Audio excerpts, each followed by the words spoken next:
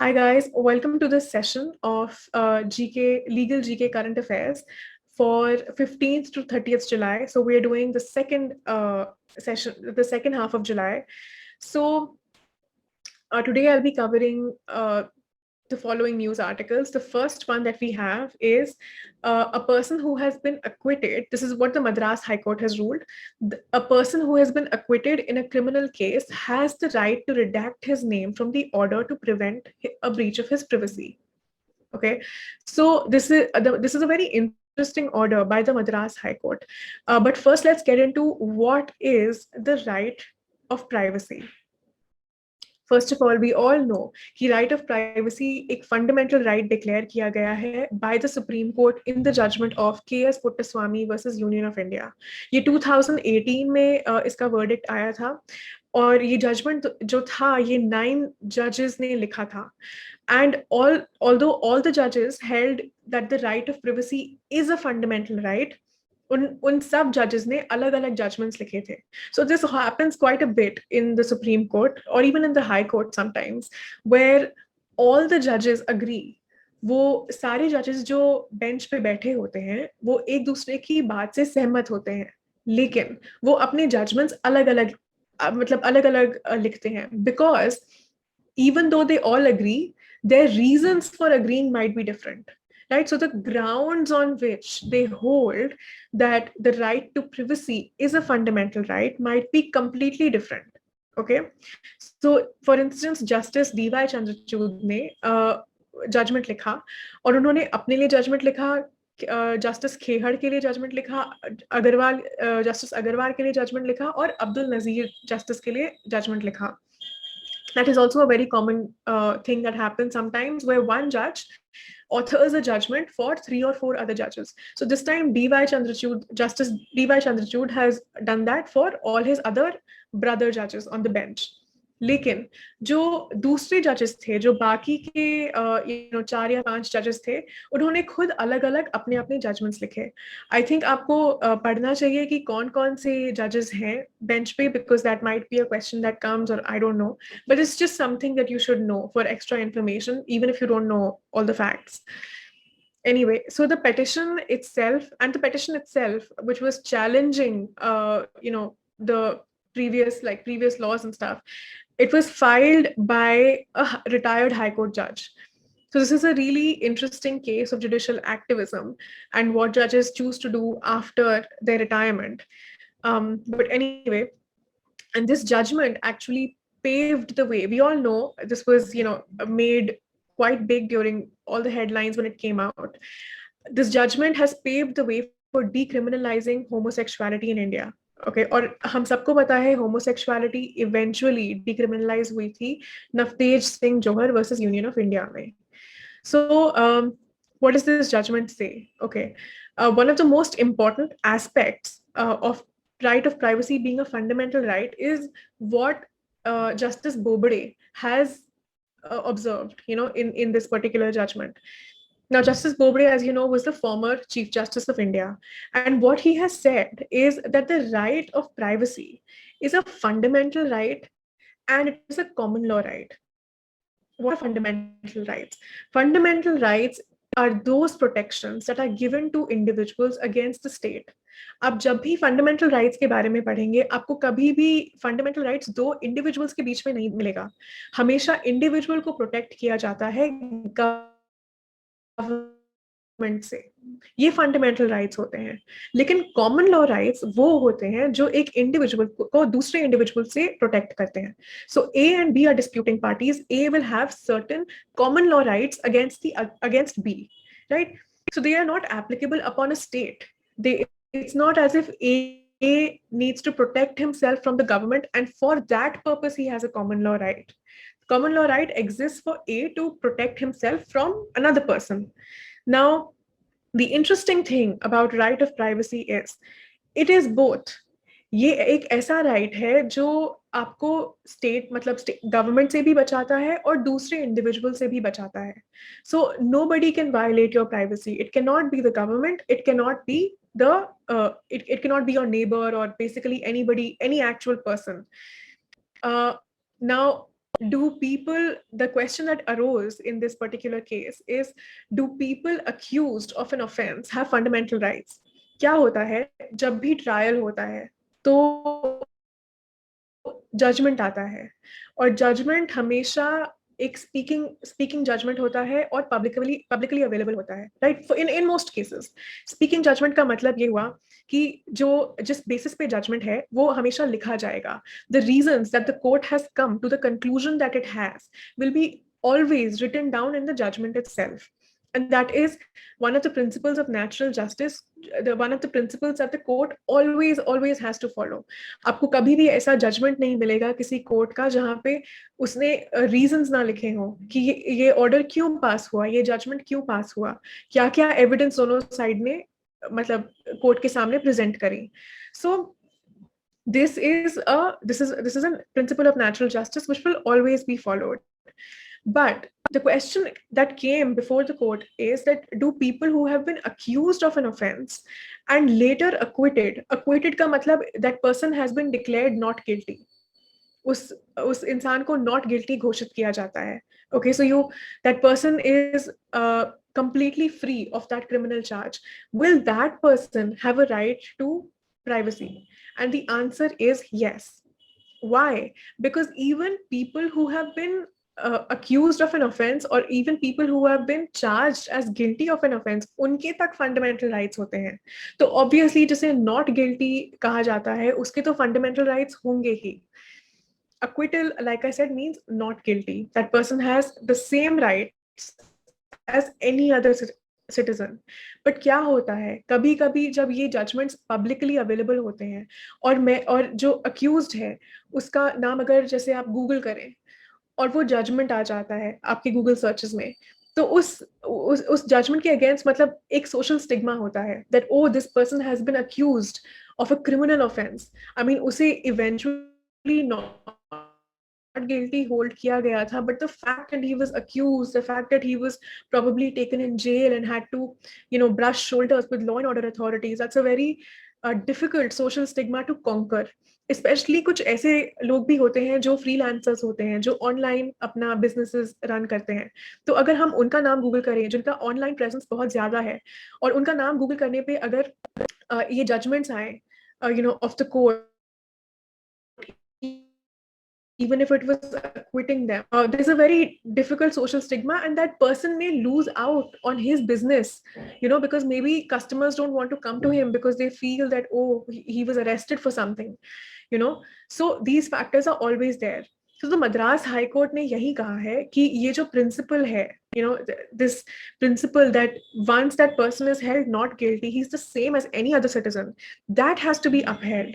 So he can have his name redacted from the judgment of the court.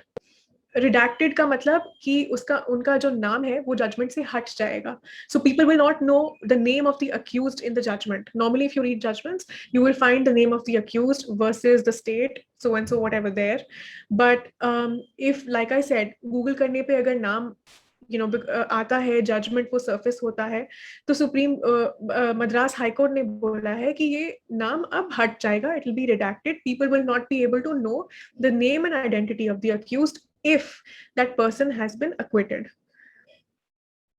Okay, the second news article, which I think is very important, is prisoners being released during COVID-19.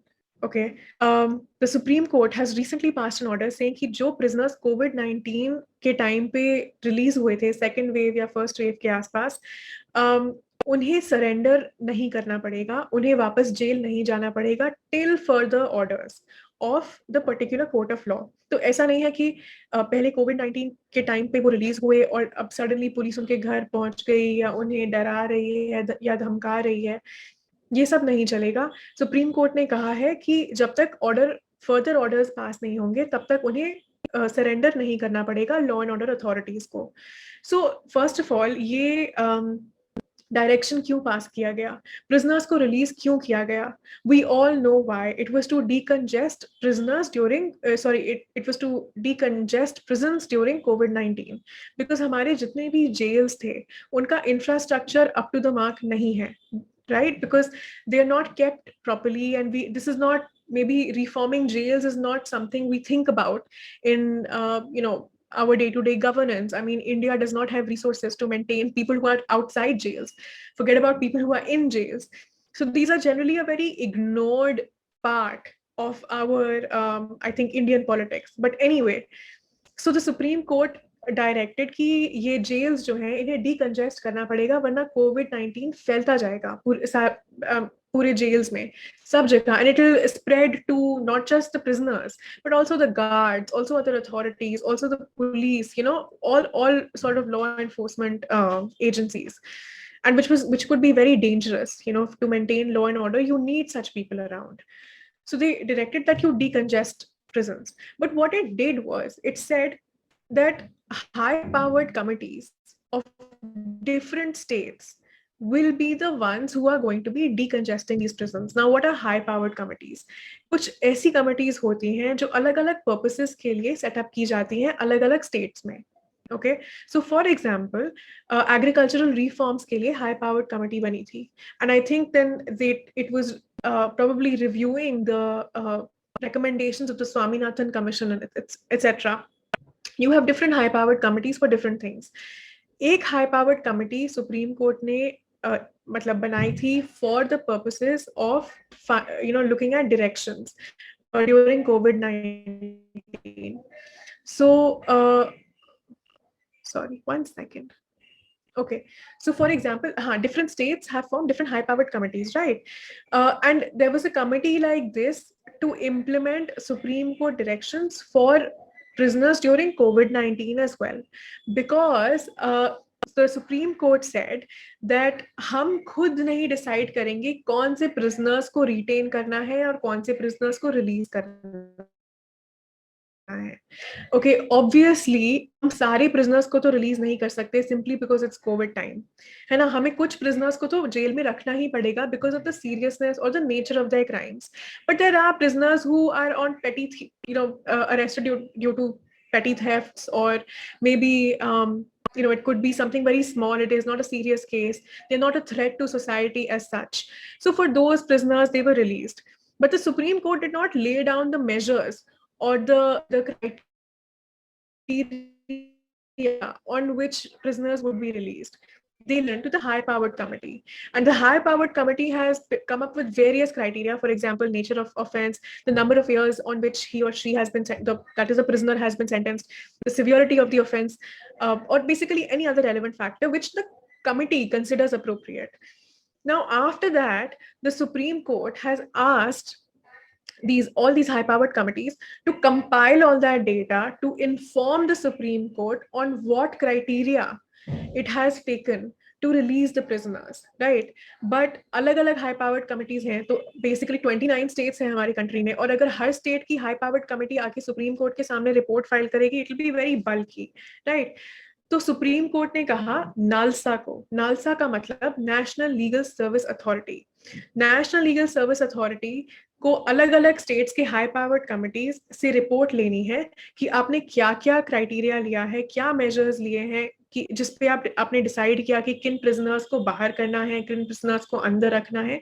इन सब की report NALSA collect करेगा, और NALSA एक compilation, इन सब reports का compilation supreme court के सामने file करेगा.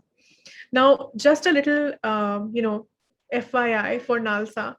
I don't know if it will be asked, but I think you should already know these bodies generally. NALSA is a body that has been constituted under the Legal Service Authority Act 1987, and उसका main काम होता है free legal aid देना और लोक अदालत organise करना. लोक अदालत ऐसे कोर्ट्स होते हैं जहाँ पे मीडिएशन एनकरेज किया है कि पार्टीज लिटिगेशन में ना जाएं, पार्टीज पैसे ना खर्चें, लॉयर्स में, all these processes, but just to try to resolve the dispute in a friendly manner and in a easy time bound situation. So the Supreme Court has directed this body. Like, obviously, often NALSA is also, told to carry out multiple directions by the Supreme Court, High Court, whatever. So in this case, that is what has happened. In the meanwhile, the Supreme Court has also directed that prisoners released do not have to surrender till the Supreme Court makes further orders. Like I said, the police can go to their house, threaten them, etc. So till the Supreme Court makes further orders, the prisoners should not be released. Now, my only concern here is, and I don't know if this is a topic that will come for your opinion or not, but my concern here would be, why is it that the Supreme Court did not put down criteria for releasing prisoners? I think that's a little bit, I would feel it's a little bit lazy, and it's something that it should have done. Okay, and I'll tell you why. Because high powered committees अलग अलग states में अलग अलग criteria लेंगे. तो अगर आपका कोई prisoner है मध्य प्रदेश में और कोई prisoner है बिहार में, offense चाहे same ही हो, लेकिन अगर क्राइटेरिया अलग अलग है रिलीज करने का, तो उस सेम ऑफेंस के लिए one prisoner will be out and one prisoner stays in the jail. So that's not fair. The Supreme Court should have laid down a particular criteria across the entire nation कि इस offense के लिए या इस offense के लिए such a prisoner should be released, and for so and so offense the prisoner should remain in jail during COVID-19. एक uniform measure across the nation implement करना चाहिए था मेरे हिसाब से. But obviously everyone is sort of like free to form their own opinions, and you guys let me know what you think. But I think that maybe something like this, it could be an interesting topic to ask students their opinion on.